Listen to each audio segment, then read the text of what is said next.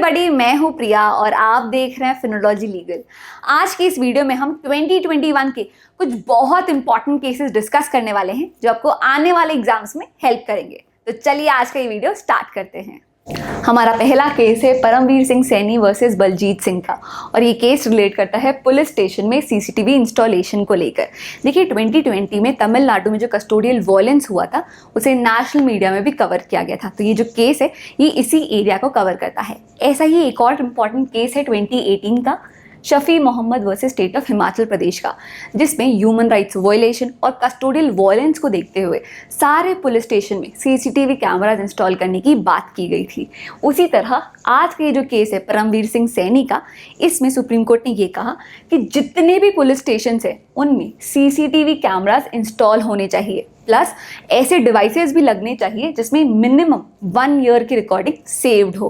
कहाँ कहाँ CCTV cameras install होंगे, जैसे entry point, exit point, lobby areas, ये भी दिया गया है। इसके साथ ही जितनी भी इंटरोगेशन एजेंसीज है जैसे एनआईए, ईडी, सीबीआई, उन्हें भी सीसीटीवी कैमराज इंस्टॉल करने होंगे। और सीसीटीवी इंस्टॉलेशन के इस ऑर्डर को सारे स्टेट्स और यूनियन टेरिटरीज प्रॉपरली फॉलो कर रहे हैं या नहीं, ये देखने के लिए मिनिस्ट्री ऑफ होम अफेयर्स ने एक सेंट्रल ओवरसाइट कमेटी भी इस्टेब्लिश की है। इसी सिलसिले में एक बहुत इंपॉर्टेंट लैंडमार्क डिसीजन है D K Basu versus state of West Bengal का, जिसमें एक specific set of guidelines, instructions दिए गए थे जो सारी पुलिस स्टेशन और इंटरोगेशन एजेंसीज को फॉलो करनी है कि आपको अरेस्ट के वक्त, डिटेंशन के वक्त, इंटरोगेशन के वक्त क्या क्या प्रोसीजर्स है जो फॉलो करने होंगे। नेक्स्ट केस है सतीश रगड़े वर्सेस स्टेट ऑफ महाराष्ट्र का, जिसे आप skin to skin contact case के नाम से भी याद कर सकते हैं। ये केस रिलेट करता है एक 12 साल की बच्ची के साथ हुए सेक्सुअल असॉल्ट से। ट्रायल कोर्ट ने अक्यूज्ड को 2 एक्ट के अंदर पनिशमेंट सुनाई। पहला इंडियन पीनल कोड के outraging the modesty of women के अंदर, और दूसरा prevention of children from sexual offences act, POCSO act के सेक्शन 7 और 8 के सेक्सुअल असॉल्ट के अंदर, जिसके लिए उसे 3 साल की सजा सुनाई गई। इसके अगेंस्ट अक्यूज ने बॉम्बे हाई कोर्ट के नागपुर बेंच में जस्टिस पुष्पा गनेडीवाला के आगे अपील फाइल की। इनका कहना ये था कि जो भी एक्ट हुआ, जो भी ग्रोपिंग हुई, वो क्योंकि कपड़ों के साथ हुई, कोई direct skin to skin contact नहीं हुआ, इसलिए जो पॉक्सो एक्ट का प्रोविजन लगाया गया है ये नहीं लगेगा। सिर्फ अक्यूज्ड को आईपीसी के अंदर बुक किया जाएगा outraging the modesty of women के अंदर। इसका असर क्या हुआ कि जब पॉक्सो एक्ट लग रहा था, एक सीवियर एक्ट लग रहा था, तो अक्यूज्ड को 3 साल की पनिशमेंट सुनाई गई थी। पर क्योंकि जो ग्रोपिंग थी वो कपड़ों के साथ हुई थी, कोई direct skin to skin contact नहीं था, इसलिए जो पनिशमेंट थी वो 3 साल से घटाकर अब 1 साल कर दी गई थी, सिर्फ आईपीसी के प्रोविजन के अंदर। यहाँ पर जो सेक्सुअल असॉल्ट का मीनिंग है, इसकी डेफिनेशन समझते हैं। तो पॉक्सो एक्ट का सेक्शन 7 और 8 ये कहता है कि अगर कोई भी किसी माइनर का ब्रेस्ट या कोई अदर ऑर्गन्स छूता है सेक्सुअल इंटेंट से, तो that will classify as sexual assault. पर अगर हम नागपुर बेंच के जजमेंट को फॉलो करें तो कल को अगर कोई भी किसी वुमेन को उसके कपड़ों के साथ छूता है तो उसे सिर्फ 1 साल की सजा सुनाई जाएगी। बॉम्बे हाईकोर्ट के इस फैसले को पूरे देश ने बहुत खुलकर अपोज किया, एक सीवियर बैकलैश मिला, और इसीलिए सुप्रीम कोर्ट ने इस जजमेंट पर स्टे लगा दिया।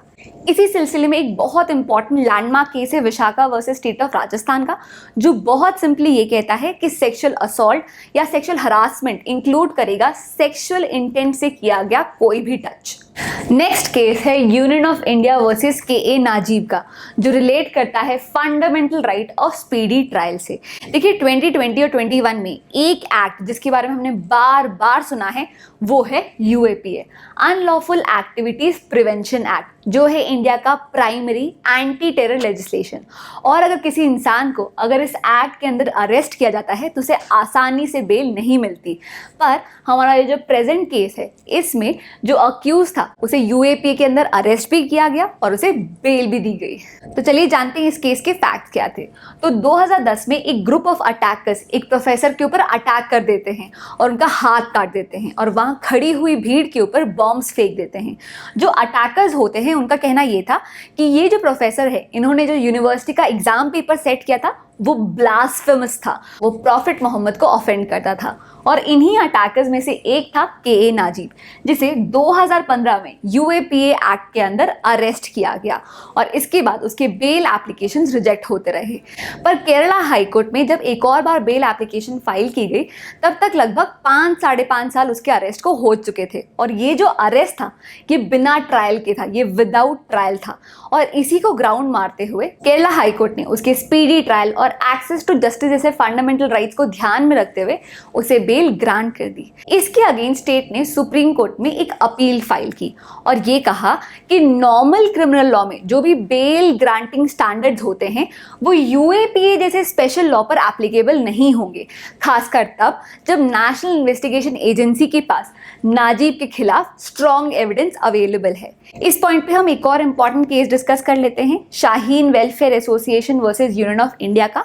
इस केस में सुप्रीम कोर्ट ने ये कहा था कि अगर किसी की भी ट्रायल में अनरीजनेबल डिले होता है तो वो उसके article 21 fundamental right to life and personal liberty का वॉयलेशन है।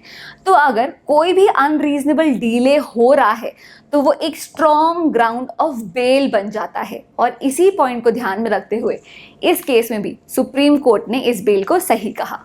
नेक्स्ट केस है Saurabh Sharma versus sub divisional magistrate का।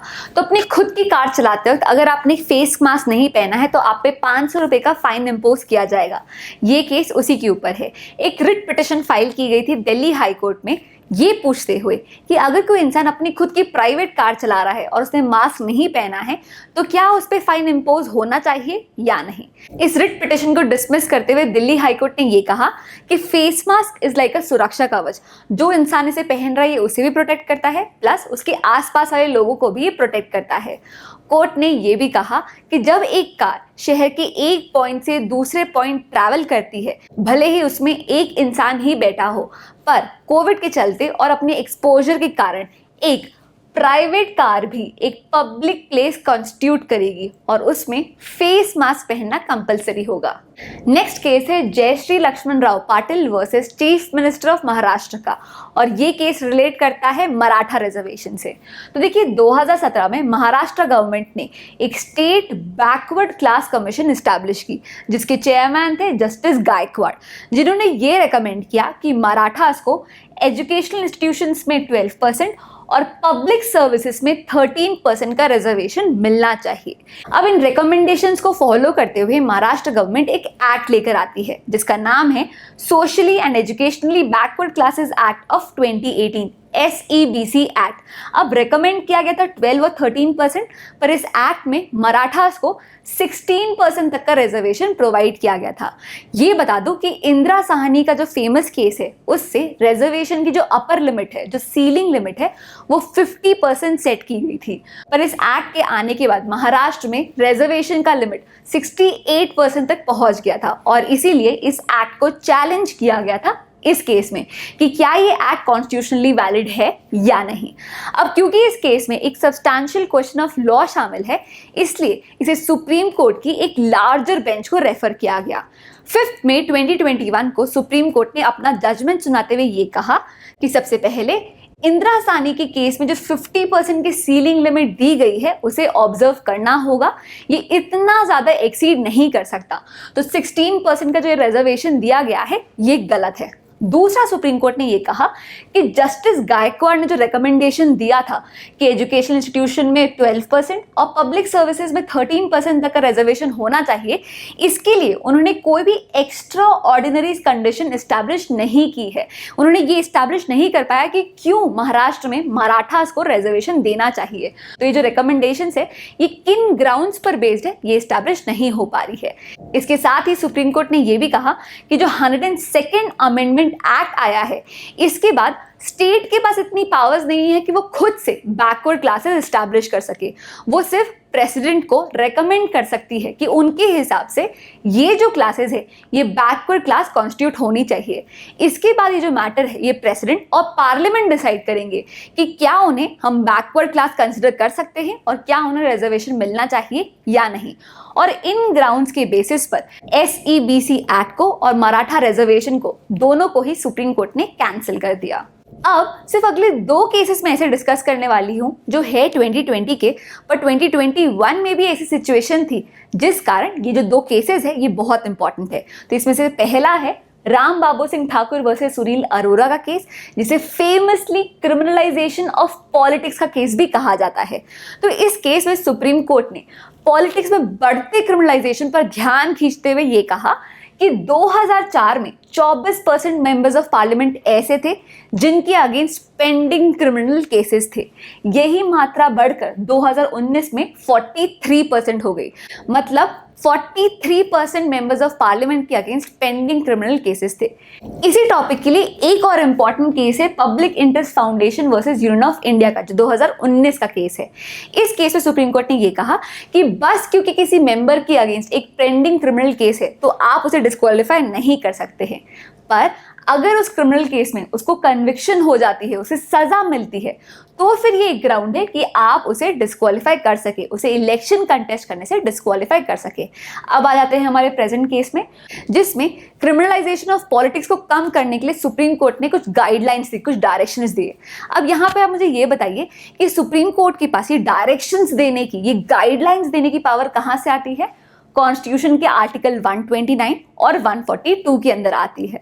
तो इस केस पे सुप्रीम कोर्ट ने सारी पॉलिटिकल पार्टीज को सबसे पहले ये डायरेक्शन दिया कि आप अपनी ऑफिशियल वेबसाइट पर, एक लोकल न्यूज़पेपर पे, एक नेशनल न्यूज़पेपर पे, हर जगह पब्लिश करोगे कि आपके कैंडिडेट के अगेंस्ट कितने क्रिमिनल केसेस पेंडिंग है। ये आप एक ऐसी जगह पब्लिश करोगे कि कॉमन इंसान को दिख सके। इसके साथ ही आपको रीजंस बताने होंगे कि क्यों आपने एक ऐसा कैंडिडेट चुना जिसके अगेंस्ट क्रिमिनल केसेस पेंडिंग थे, और जब ये रीजंस बताएंगे तब आपको कैंडिडेट्स की मेरिट, क्वालिफिकेशन, ये सारी चीज़ें बतानी होगी। प्लस आपको इलेक्शन कमीशन को भी 72 आवर्स के अंदर बताना होगा कि आपने एक ऐसा कैंडिडेट चुना है जिसके अगेंस्ट पेंडिंग केसेस हैं। अगला केस है विनीता शर्मा वर्सेस राकेश शर्मा का, जो डॉटर्स राइट टू प्रॉपर्टी की बात करता है। इस पूरे केस का मेन प्रोविजन है हिंदू सक्सेशन एक्ट का सेक्शन 6, जिसे 2005 के एक प्रोग्रेसिव अमेंडमेंट से चेंज किया गया था। इस अमेंडमेंट के बाद सेक्शन 6 डॉटर्स और सन्स दोनों को ही प्रॉपर्टी में इक्वल राइट्स प्रोवाइड करता है, दोनों को ही फुल को-पार्सनरी राइट्स प्रोवाइड करता है। अब ये जो अमेंडमेंट है ये लागू हुआ 9 नवंबर 2005 को। तो इसको लेकर 2 कंफ्यूजन थे, 2 क्वेश्चंस थे। पहला ये कि उन डॉटर्स की राइट टू प्रॉपर्टी का क्या जो 2005 से पहले पैदा हुई थी, क्या उनको भी ये बेनिफिट मिलेगा? और दूसरा क्वेश्चन ये था कि इस सेक्शन का बेनिफिट लेने के लिए, इसके अंदर इक्वल राइट्स पाने के लिए क्या फादर का अलाइव होना जरूरी है? इन दोनों ही क्वेश्चन को आंसर किया गया विनीता शर्मा वर्सेस राकेश शर्मा के केस में।